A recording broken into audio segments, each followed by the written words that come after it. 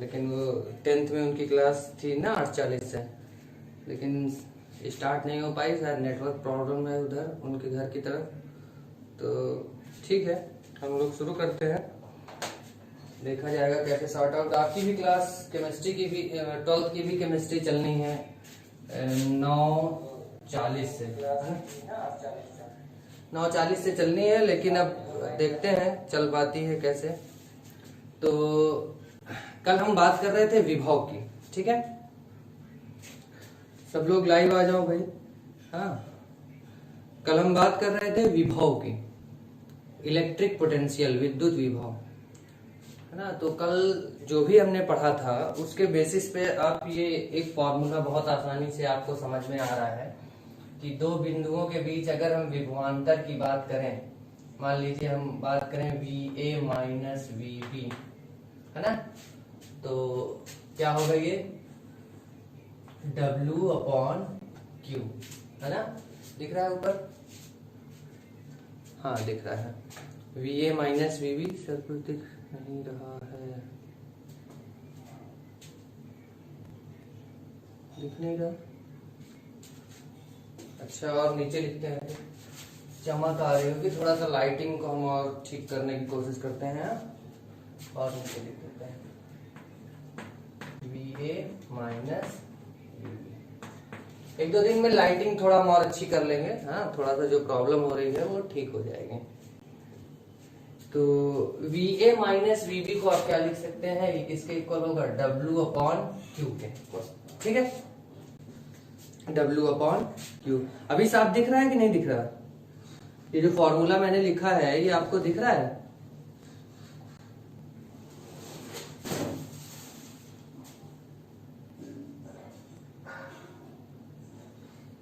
दिख रहा है बेटा, है ना। तो एक बात बताइए, अगर यहां से आपको W निकालना हो तो आप क्या लिखोगे, Q into VA minus VB, ये लिख सकते हो। VA माइनस VB का मतलब है दो बिंदुओं के बीच विभवांतर, और इसको हम लिख सकते हैं डेल्टा V से। किसे लिख सकते हैं, डेल्टा V। तो W इज इक्वल टू Q/डेल्टा V, ठीक है। यानी जो कार्य होगा, किसी आवेश को दो बिंदुओं के बीच ले जाने में जो कार्य होगा वो उनके विभवांतर और आवेश के गुणनफल के बराबर होगा। समझिए इस बात को, जैसे मान लीजिए यहाँ पर कोई एक बिंदु है, ठीक है, और यहाँ का विभव है VA, यहाँ पर कोई बिंदु है और यहाँ का विभव है VB, ठीक है। हम क्या कर रहे हैं, अब अगर हम उसको यहां से यहां तक लेकर जाएं, ठीक है, यहां से यहां तक लेकर जाएं, तो जो कार्य करना पड़ेगा, ठीक है, वो इनके विभवांतर, मान लीजिए हम Q आवेश को लेकर जाते हैं, तो Q आवेश को यहां से यहां तक ले जाने पर जो कार्य करना पड़ेगा वो Q इंटू डेल्टा V के बराबर होगा। डेल्टा V का मतलब क्या है, इनके बिंदु, इन दोनों बिंदुओं के बीच का विभवांतर, ठीक है। तो यहां से जो हमने कार्य निकाला है, आपने क्लास 11 से पढ़ा है, कार्य जो है वो गतिज ऊर्जा में परिवर्तन कर देता है। जब किसी वस्तु पर हम कार्य करते हैं तो वो क्या होता है, उसकी गतिज ऊर्जा में परिवर्तन हो जाता है। अब ये जो गतिज ऊर्जा में परिवर्तन है, अगर इसका फॉर्मूला लिखो आप कार्य ऊर्जा प्रमेय से, तो कैसे निकलता है, कार्य ऊर्जा प्रमेय क्या कहता है, कहता है डेल्टा के जो है गतिज ऊर्जा में जो परिवर्तन है वो किए गए कार्य के बराबर होता है। पढ़ा है आपने, गतिज ऊर्जा परिवर्तन किसके बराबर है, किए गए कार्य के बराबर। कार्य आपने यहां से क्या निकाला है, Q delta V, Q delta V, तो डेल्टा के किसके बराबर आ जाएगा, Q डेल्टा V। तो मतलब ये जो मैं अलग अलग तरह से फॉर्मूले लिख रहा हूँ, ये इस वजह से लिख रहा हूँ कि आपसे कोई क्वेश्चन पूछे, घुमा फिरा दे, तो आपको समझ में आए, ठीक है। आपको मान लीजिए आवेश दे दे और कार्य दे दे और आपसे विभवांतर पूछे, तब भी आप निकाल सको, ठीक है। अभी एक दो क्वेश्चन हम करवाएंगे, आप लोगों को ही करना है, बहुत आसान आसान क्वेश्चन करेंगे, फिर उसके बाद हम प्रैक्टिस सेट भी आज दे देंगे, तो फिर उनको हम कल सॉल्व कर लेंगे, ठीक है। आपको गतिज ऊर्जा आपसे पूछ ले, आपको कुछ न बताए, कह दे कि एक आवेश को हम दो बिंदुओं के बीच गति करा रहे हैं, उनकी गतिज ऊर्जा में परिवर्तन। अब उन दो बिंदुओं का भी आपको विभवांतर दे देगा और आपसे पूछेगा गतिज ऊर्जा में परिवर्तन, आप कंफ्यूज हो जाओ। अगर मैं ये बात आपको ना बताया रहूं, आपको ये तो पता रहेगा कि डब्ल्यू, तो आप ये सोचोगे यार कार्य तो हम निकाल लेंगे, लेकिन गतिज ऊर्जा में परिवर्तन कैसे निकालें। या आपसे पूछ ले कि उसका अंतिम वेग क्या होगा, कह दे कि विरामावस्था से वस्तु चल रही है, उसका अंतिम वेग क्या होगा, तो आप कंफ्यूज हो जाओगे। कोई कंफ्यूजन की बात नहीं है भाई। अगर हमने क्लास 11th में जो मैकेनिक्स पढ़ रखी है हमने कि गतिज ऊर्जा में जो परिवर्तन होता है वो किए गए कार्य के बराबर होता है, तो उसको हम यहाँ पर उपयोग क्यों ना करें, करना चाहिए हमको। और ये जो डेल्टा के है, डेल्टा के, इसका मतलब क्या, K2 माइनस K1 अंतिम गतिज ऊर्जा माइनस प्रारंभिक गतिज ऊर्जा, और ये किसके बराबर हुआ, Q डेल्टा V के। तो एक ये फॉर्मूला आपको याद रखना है, इसको हम और ब्रेक कर रहे हैं। K2 माइनस K1 किसके बराबर, Q डेल्टा V के बराबर है। K2 कितना होगा, अंतिम गतिज ऊर्जा, यानी अंतिम कैसे क्यों होगा, V लिखेंगे यहाँ पे, हाफ mv स्क्वायर, और K1 के लिए क्या लिखेंगे, हाफ m u स्क्वायर।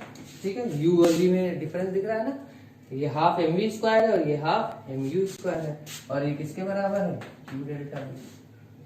यहाँ पर ये v क्या है, विभव है, और ये क्या है, वेग है। तो ये फॉर्मूला बन जाता है। अच्छा एक बात बताइए, आपसे कहते हैं कि वस्तु विरामावस्था से गति करती है, अगर वस्तु विरामावस्था से गति प्रारंभ करेगी तो u कितना हो जाएगा, 0, प्रारंभिक वेग कितना हो जाएगा, 0 हो जाएगा।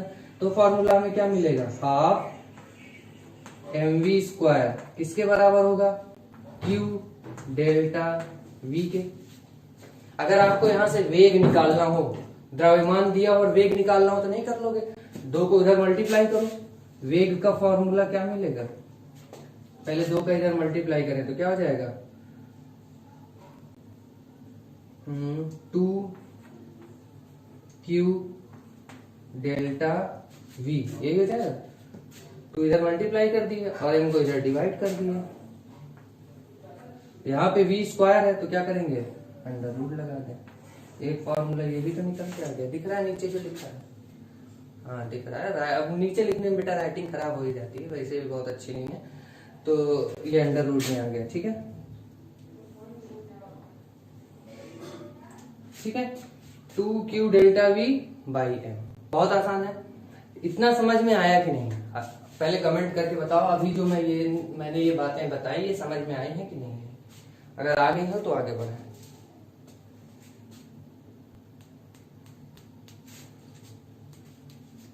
और जिनको समझ में आ रहा है वो नोट करना चाहे तो लिख सकते हैं, वैसे मैं नोट्स दे दूंगा तब आप नोट कर लीजिएगा, नोट्स अभी मिल जाएगी आपको।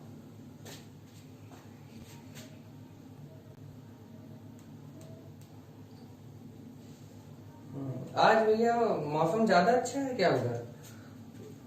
अरे इसलिए पूछ रहे हैं ना, बच्चे सो बहुत रहे हैं, लाइट कम है आज, नींद आ रही होगी।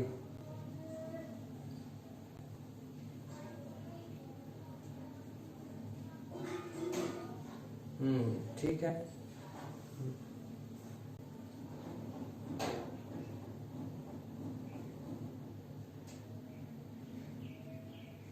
ठीक है, सब लोग बता रहे हैं भाई, आ गया है समझ में।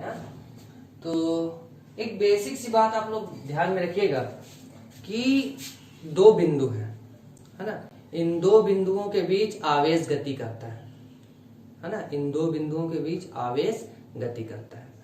हमेशा याद रखिएगा, कैसे गति हम कैसे पता करेंगे, तो मान लीजिए एक बिंदु है यहाँ पर VA इसका विभव है, ये दूसरा बिंदु है VB, और VA ज्यादा है किससे, VB से। ये दो बिंदु हैं, एक का विभव VA है, दूसरे का VB है। ठीक है, तो ये जो विभव हैं, जब हम किसी आवेश को गति कराना चाहेंगे तो देखिए, अगर हम सिंपल तरीके से यहाँ पे धन आवेश छोड़ दें, कौन सा आवेश, धन आवेश, तो धन आवेश अपने आप गति करता हुआ VB की तरफ चला जाएगा। क्यों, क्योंकि VB यहाँ पर विभव कम है। धन आवेश किधर गति करता है, अधिक विभव से कम विभव की तरफ। धनावेश किधर से किधर गति करता है? अधिक विभव से कम विभव की तरफ। ठीक है। और ऋण आवेश गति करता है कम विभव से अधिक विभव की तरफ। तो सिंपल सी बात याद रखिएगा कि धन आवेश उच्च विभव से निम्न विभव की तरफ और ऋण आवेश निम्न विभव से उच्च विभव की तरफ गति करता है। ठीक है।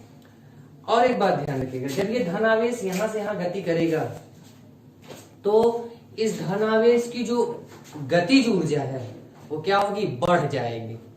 धन आवेश की गतिज ऊर्जा क्या होगी? बढ़ जाएगी। ठीक है। इसी तरह से ऋण आवेश जब इधर से इधर गति करेगा तो इसकी भी गतिज ऊर्जा क्या होगी? बढ़ जाएगी। ठीक है। जब धन आवेश उच्च विभव से निम्न विभव की तरफ गति करता है तो उसकी गतिज ऊर्जा क्या होती है? बढ़ जाती है। ठीक है। क्यों? क्योंकि उसके ऊपर ये जो क्षेत्र है, विभव कहाँ पे होता है? क्षेत्र में होता है। इस क्षेत्र ने धनावेश के ऊपर कार्य किया और जब धनावेश के ऊपर ये कार्य करेगा तो धनावेश की गतिज ऊर्जा क्या हो जाएगी? बढ़ जाएगी। सिंपल सी बात है, इतना समझ के रखिएगा। उसके बाद अच्छा एक क्वेश्चन आप लोग सब लोग बताइए। कह रहा है एक इलेक्ट्रॉन को और एक प्रोटॉन को, आया हुआ क्वेश्चन है बोर्ड एग्जाम में। एक इलेक्ट्रॉन और एक प्रोटॉन है ना, दोनों को समान विभवांतर में गति कराया गया। एक इलेक्ट्रॉन और एक प्रोटॉन समान विभवांतर में गति कराया गया, किसका वेग अधिक होगा? आप लोग कमेंट करके बताइए।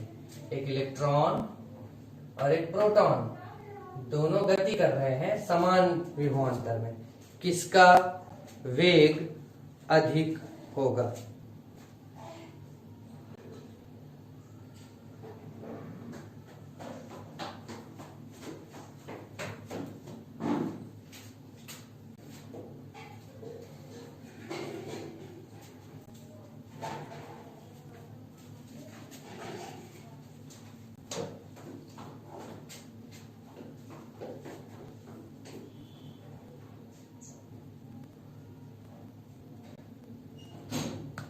ये भी याद रखिएगा कि दोनों विरामावस्था से गति प्रारंभ करते हैं। दोनों का प्रारंभिक वेग समान ही है, इससे कोई दिक्कत नहीं।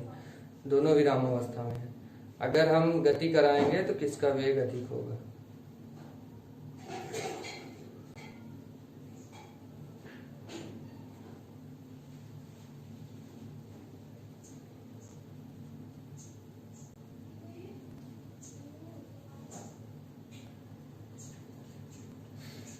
इलेक्ट्रॉन का कैसे पता चल गया आपको? बहुत समझदार है आप लोग तो।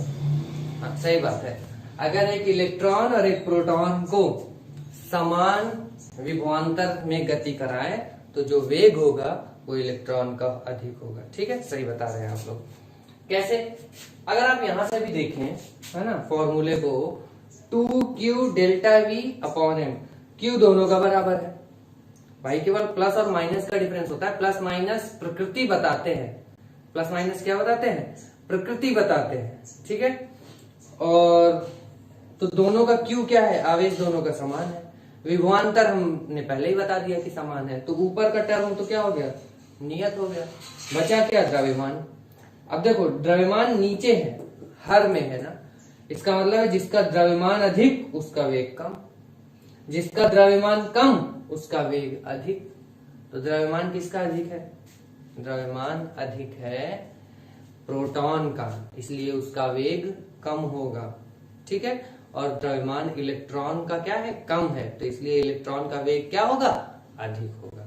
तो आप जब आप एग्जाम में लिखेंगे तो आप इसका रेफरेंस देके लिखेंगे, है ना, इस फॉर्मूले को लिखेंगे और इससे बताएंगे क्योंकि प्रोटॉन का द्रव्यमान इलेक्ट्रॉन से अधिक है, अतः उसका वेग, प्रोटॉन का वेग इलेक्ट्रॉन के वेग से कम होगा। ठीक है, सिंपल सी बात है। समझ में आ गया सबको? ठीक है, आगे बढ़ते हैं।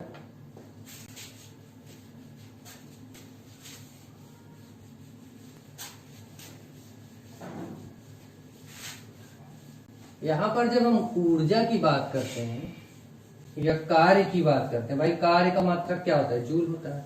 ऊर्जा का मात्रक क्या होता है? जूल होता है।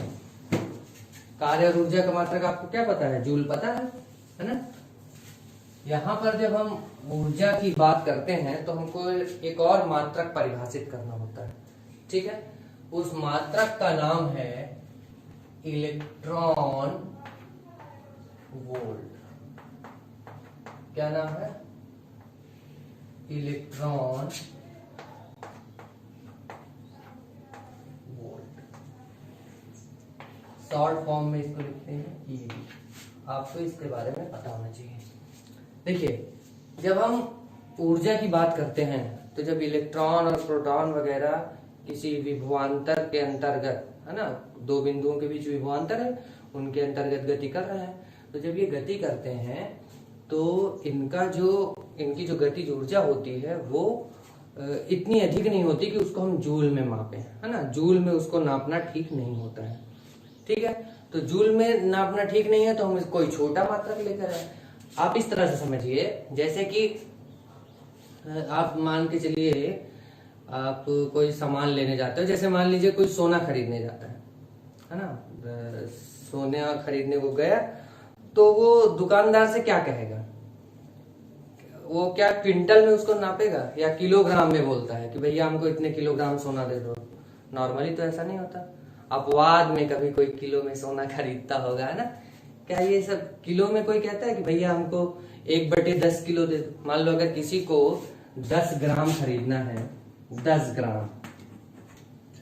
ग्राम सोना खरीदना है ना। अब वो 10 ग्राम को कहे कि भैया हमको 10⁻³ किलोग्राम सोना दे दो, है ना।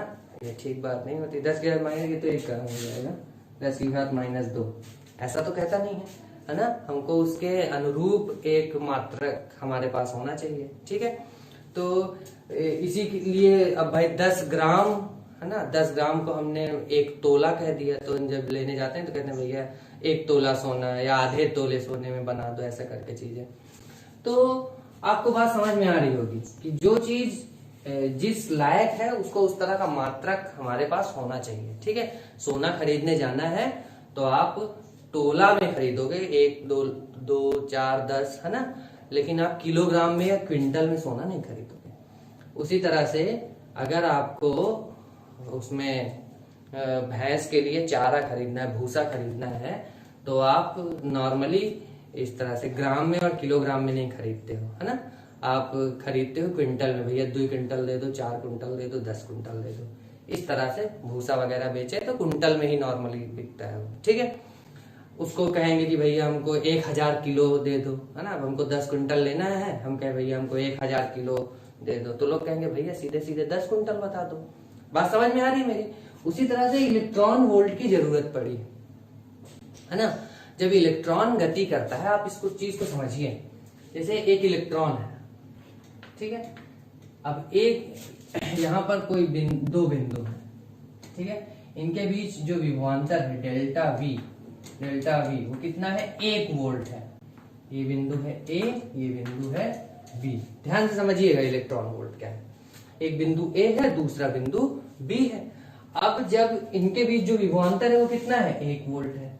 और हम कौन सा आवेश कौन गति करा रहा है यहाँ पे? इलेक्ट्रॉन को। इलेक्ट्रॉन का आवेश कितना होता है? 1.6 × 10⁻⁻19 कूलम।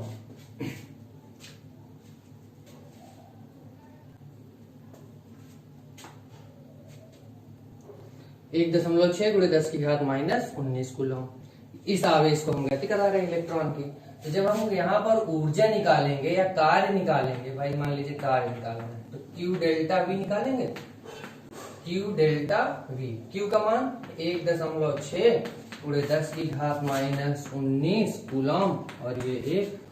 अब ये कार्य हो गया ना, एक ये आवेश हो गया और ये विभवांतर हो गया, तो ये कार्य निकल के आया कितना? 1.6 × 10⁻⁻19 जूल, है ना। किसमें आया ये? जूल में। अब एक इलेक्ट्रॉन इतना जूल उसके पास, उसका या तो कार्य किया गया या इतनी उसके पास ऊर्जा आ गई। अब ये बताने में ठीक नहीं लग रहा, तो एक नया तरीका, जब कोई एक इलेक्ट्रॉन 1 वोल्ट विभवांतर में, 1 वोल्ट विभवांतर में गति करे, तो उसके पास जो ऊर्जा होती है या वो जो उसके ऊपर जो कार्य होता है वो हम किस में नापते हैं, इलेक्ट्रॉन वोल्ट में। तो जब हम लिखते हैं W बराबर Q डेल्टा V, है ना, तो 1 वोल्ट पर विभवांतर कितना है, 1 वोल्ट, और आवेश कितना है, 1 इलेक्ट्रॉन के बराबर। तो Q को हम किससे लिखते हैं, E से, है ना, इसका आवेश हम E से प्रदर्शित कर सकते हैं। और डेल्टा V 1 हुआ, तो यहाँ पर कितना, इसको हम बोलते हैं W कितना हुआ, 1 इलेक्ट्रॉन वोल्ट। कब, जब Q कितना है, 1 इलेक्ट्रॉन के बराबर इसका आवेश है, कितना, 1 इलेक्ट्रॉन के बराबर आवेश, और डेल्टा V कितना है, 1 वोल्ट। तो जब 1 इलेक्ट्रॉन 1 वोल्ट विभवांतर में गति करता है तो उसमें जो गतिज ऊर्जा में परिवर्तन होता है या जो कार्य किया जाता है वो 1 इलेक्ट्रॉन वोल्ट के बराबर होता है। ठीक है, सिंपली आप कणों को देखिए, इलेक्ट्रॉन, इसके ऊपर जो आवेश होता है उतना ही आवेश किसके पास होता है, प्रोटॉन के पास भी होता है। इलेक्ट्रॉन और प्रोटॉन का आवेश क्या होता है, लगभग बराबर, वो इलेक्ट्रॉन और प्रोटॉन का एग्जैक्टली बराबर होता है। अल्फा कण, अल्फा कण के ऊपर कितना आवेश होता है, 2 प्रोटॉन के आवेश के बराबर, है ना। तो अल्फा कण गति करेगा तो कितनी ऊर्जा होगी, 2 इलेक्ट्रॉन वोल्ट, है ना। तो जो भी ये छोटे छोटे कण हैं इनमें जो आवेश होता है वो इलेक्ट्रॉन के इक्विवेलेंट होता है, या तो इलेक्ट्रॉन या तो अल्फा कण, है ना। तो इस वजह से हमें किसमें नापना ठीक रहता है, इलेक्ट्रॉन वोल्ट में। तो सब लोग ये बताइए, क्या इलेक्ट्रॉन वोल्ट सबको समझ में आया है।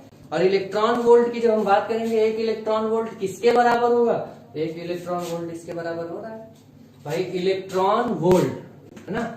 अगर इसको आप सॉल्व करोगे 1 इलेक्ट्रॉन वोल्ट को, तो 1 इलेक्ट्रॉन वोल्ट किसके बराबर आएगा, 1.6 × 10⁻⁻19 जूल। तो ये याद रखिएगा कि 1 इलेक्ट्रॉन वोल्ट 1.6 × 10⁻⁻19 जूल के बराबर होता है।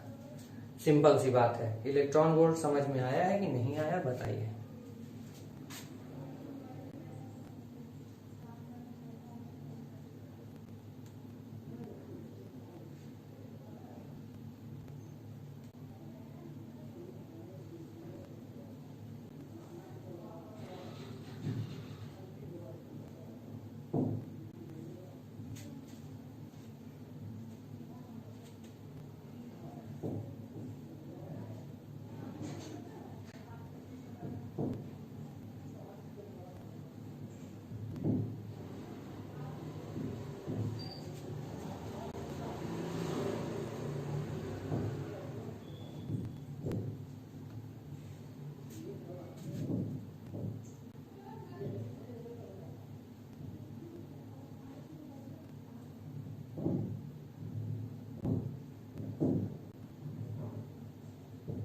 ठीक है, हाँ, सबको समझ में आ रहा है।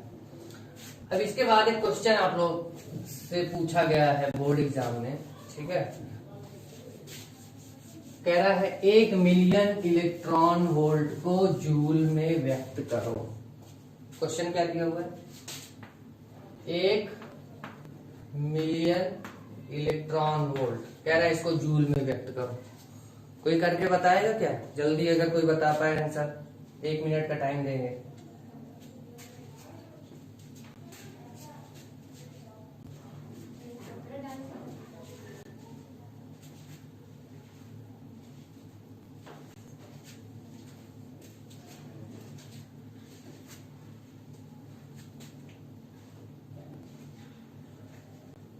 कोई कर रहा है क्या?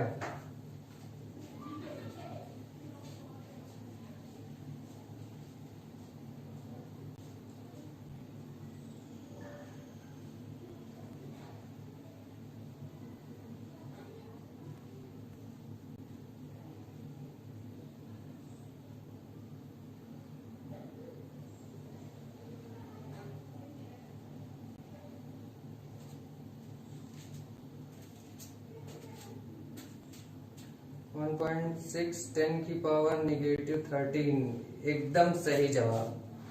ठीक है, 1 मिलियन, है ना, मिलियन मतलब हम इसको क्या करेंगे, 10⁻6, ठीक है, मिली इलेक्ट्रॉन वोल्ट, तो 10⁻6 इलेक्ट्रॉन वोल्ट हो गया। यही तो होता है, मेगा भी कहते हैं, मिलियन भी कहते हैं, है ना। तो ये मेगा इलेक्ट्रॉन वोल्ट यानी 10 की घात 6 इलेक्ट्रॉन वोल्ट। तो 10 की घात 6 यहाँ हो गया, और इलेक्ट्रॉन वोल्ट का मतलब है 1.6 गुणे 10 की घात -19, है ना।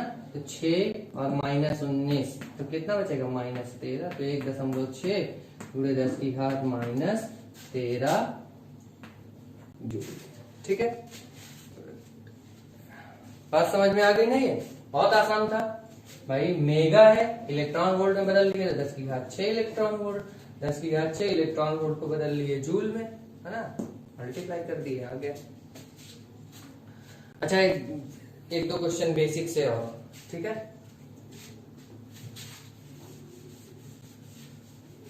कह रहा है एक 50 कूलॉम का आवेश है, इसको मिटा देते हैं।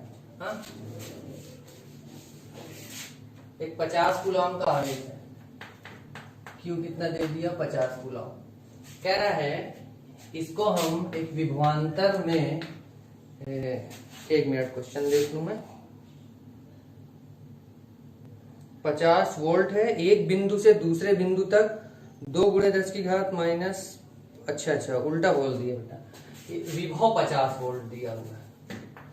विभव कितना दिया हुआ है, 50 वोल्ट, और आवेश हम कितना लेके जा रहे हैं, 2 गुणे 10 की घात -5, 2 गुणे 10 की घात -5 कूलॉम हम लेकर जा रहे हैं।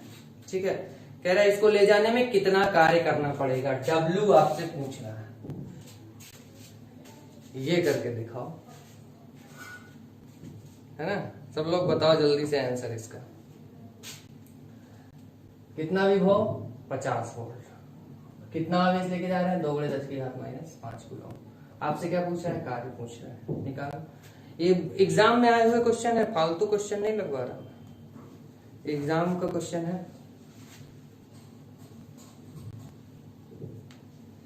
अभी अच्छे अच्छे क्वेश्चन आपको घर के लिए देंगे।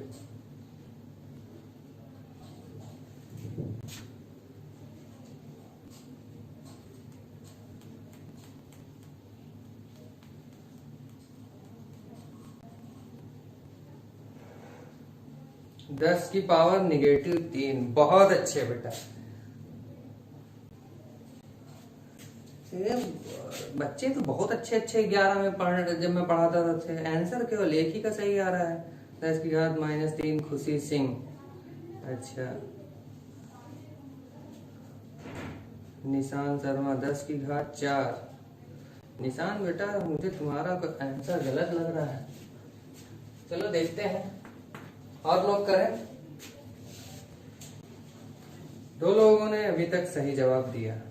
ठीक है, देखिए W बराबर क्या होता है, Q डेल्टा V, है ना। तो विभवांतर ये डेल्टा V ही है। Q का मान कितना हो गया, 2 गुणे 10 की घात -5, और V का मान कितना हो गया, 50 वोल्ट। तो 2 गुणे 50 कितना हो गया, 100, और ये हो गया 10 की घात -5। 100 का मतलब 10 की घात 2, और 10 की घात -5 यानी 10 की घात 2 -5 यानी 10 की घात -3 जूल। एकदम सही जवाब। अब कई लोग बता रहे हैं, बहुत अच्छी बात है, 10 की घात 10 की पावर 10 -3। अच्छा हाँ ठीक है, हाँ कई लोगों ने सही जवाब दिया है, मेरे बताने से पहले आ गया आपका सही जवाब। तो एक आध क्वेश्चन और करें क्या, अब आगे तो आज कॉन्सेप्ट नहीं पढ़ाएंगे, ठीक है। आगे सवाल ही आप कहें तो हम करवा सकते हैं, कॉन्सेप्ट कल पढ़ाएंगे, ठीक है।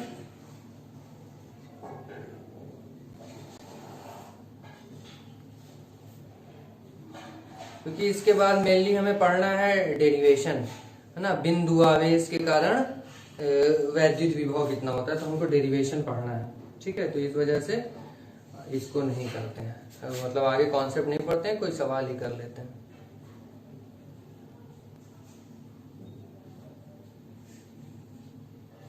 एक अच्छा थोड़ा सा अच्छा क्वेश्चन आगे चल रहा है, ठीक है। 5 कूलॉम वाले एक विद्युत आवेश को एक वैद्युत क्षेत्र में एक बिंदु से दूसरे बिंदु तक ले जाने में 25 जूल कार्य करना पड़ता है, ठीक है। ये क्वेश्चन सब ने नोट कर लिया होगा मुझे लगता है, जो लोग नहीं करे हैं। या बाद में वीडियो पड़ी रहेगी, फिर से आप देख सकते हैं।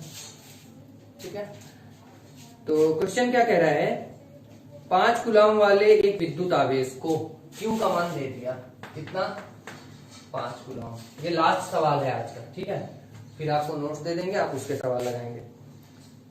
एक विद्युत क्षेत्र में एक बिंदु से दूसरे बिंदु तक ले जाने में 25 जूल कार्य करना पड़ता है।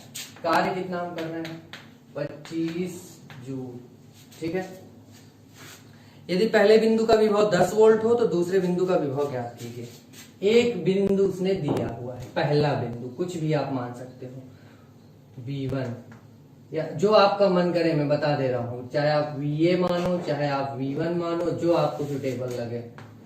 ठीक है, कितना दिया हुआ है, 10 वोल्ट। तो दूसरे बिंदु का विभव ज्ञात करना है। दूसरा, अगर आप V2 मानते हो तो वो निकालो, अगर आप VB मानते हो तो सिंपल सी बात है, समझ में आई होगी आपको। ठीक है, कितना कार्य करना पड़ रहा है, 25 जूल, है ना, और आपको निकालना है V2 का मान। ठीक है, आवेश कितना हम लेके जा रहे हैं, 5 कूलम।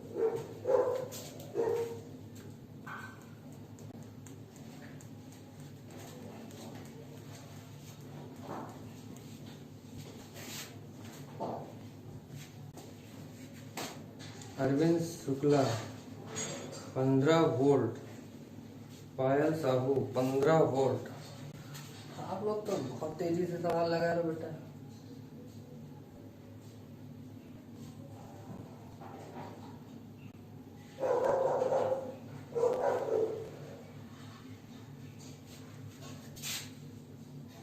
वोल्ट,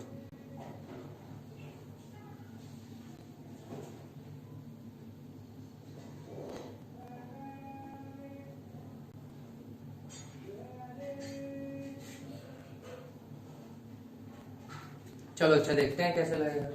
बहुत सही, लगभग सभी ने बता ही दिया है। अब ये उनके लिए है बेटा ना, जो लोग लाइव नहीं देख रहे हैं, जो बाद में देखेंगे उनको भगवान जाने आएगा कि नहीं आएगा। लाइव वाले तो सब लोग बता दिए हैं लगभग, तो जो बाद में देखेंगे उनको भी, उनका भी ध्यान रखना पड़ता है ना बेटा, तो उनके लिए बता देते हैं। एक बिंदु है ये, V1 मान लेते हैं, कितना है 10 वोल्ट, और ये दूसरा बिंदु है V2, ये हमें निकालना है। हम 5 कूलम आवेश को जब यहां से यहां तक ले जा रहे हैं, 5 कूलम को ले जा रहे हैं, करना पड़ रहा है ना कार्य, इसका मतलब यहाँ का विभव क्या होगा, ज्यादा होगा, तभी तो हमें कार्य करना पड़ रहा है। बात समझ में आ रही है? तो हम क्या करेंगे भाई, W बराबर क्या होता है, Q डेल्टा V, या W बराबर Q V2 minus V1। W का मान कितना दिया हुआ है, 25 दिया हुआ है, और Q का मान कितना दिया हुआ है, 5 दिया हुआ है। V2 हमको निकालना है, V1 का मान कितना दिया हुआ है, 10 दिया हुआ है। ठीक है, तो 5 से इसको काट देंगे, 25 को कितना बचेगा, 5। यहाँ पे कितना लिखा, 5, V2 माइनस 10, 10 को इधर लेके आए, प्लस में हो जाएगा, यानी V2 बराबर 5 और 10 15, एकदम सही जवाब। ठीक है, तो आज की क्लास यहीं तक रखते हैं। अभी आपको थोड़ी देर बाद उनसे केमिस्ट्री वाले सर से पढ़ना है केमिस्ट्री, अगर उनकी क्लास चल पाई तो लाइव क्लास। और आज इसकी नोट है ना, इसकी जो नोट्स है वो आज आपको कंफर्म है ना। अभी हम जो भी कल से आज तक मैंने पढ़ाया है उसकी नोट्स, और जो आपको आगे क्वेश्चन लगाने हैं वो भी, ठीक है, मैं दे दूंगा। सब लोग उसके सवाल करेंगे और मुझे भेजेंगे कितने सवाल आप लोग लगा पाए। ठीक है, तो कल मिलते हैं, फिर देखते हैं आप लोग कितने सवाल लगा के आते हो। ठीक है बेटा, बाय।